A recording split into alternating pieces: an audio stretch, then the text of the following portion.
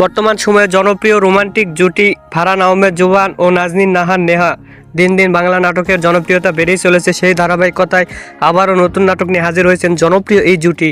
নাটকটির নাম যে কথা হয়নি বলা। এই নাটকটিতে অভিনয় করেছেন বর্তমান সময়ের আলোচিত অভিনেতা ফারহান আহমেদ জুবান ও আলোচিত অভিনেত্রী নাজনীন নাহার নেহা। এই নাটকটি রচনা ও পরিচালনা করেন জাকারিয়া শৌকীন। নাটকটি খুব শীঘ্রই ভালোবাসা দিবস উপলক্ষে 14 ফেব্রুয়ারি সিএমবির ইউটিউব চ্যানেলে প্রকাশিত হবে। আপনারা দেখতে চাইলে অবশ্যই সিএমবির ইউটিউব চ্যানেলে চোখ রাখুন এবং নিয়মিত নতুন নতুন নাটকের আপডেট পেতে হলে অবশ্যই চ্যানেলটিকে সাবস্ক্রাইব করে রাখুন। পরবর্তী ভিডিওর জন্য অপেক্ষা করুন।